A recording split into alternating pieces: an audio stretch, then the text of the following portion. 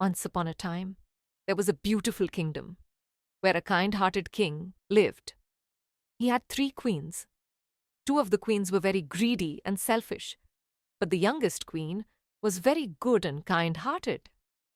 Time passed, but none of the queens had any children. The king was very sad. Then he arranged for a special prayer. After the prayer, a miracle happened. The youngest queen gave birth to 2 lovely twins, one prince and one princess. Seeing this, the 2 older queens became very jealous. They made a dangerous plan.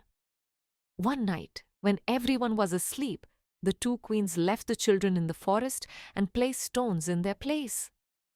The next morning, when the king was informed, he was very sad and misunderstood the youngest queen, ordering her to leave the palace. The youngest queen, alone and sad, started living in the forest. But she didn't know that her children had turned into 2 magical trees. The trees were very beautiful, and they had glowing flowers. A few years later, the king again arranged for a prayer. This time, the priest said, "To complete the prayer, we need every kind of flower." The king sent his soldiers to fetch flowers. When the soldiers went to the forest, they saw 2 incredible trees that had the most beautiful flowers. But as soon as they tried to pluck the flowers flew upwards. When the king found out, he went himself to try. But as soon as he touched the flowers, they flew upwards again.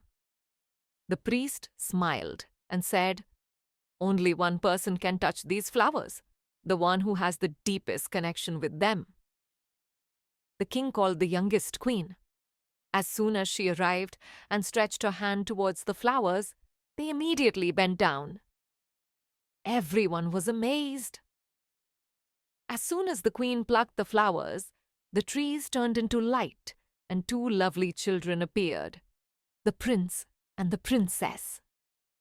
Tears of joy filled the king's eyes. He realized his mistake. He immediately called the youngest queen back to the palace and expelled the wicked queens.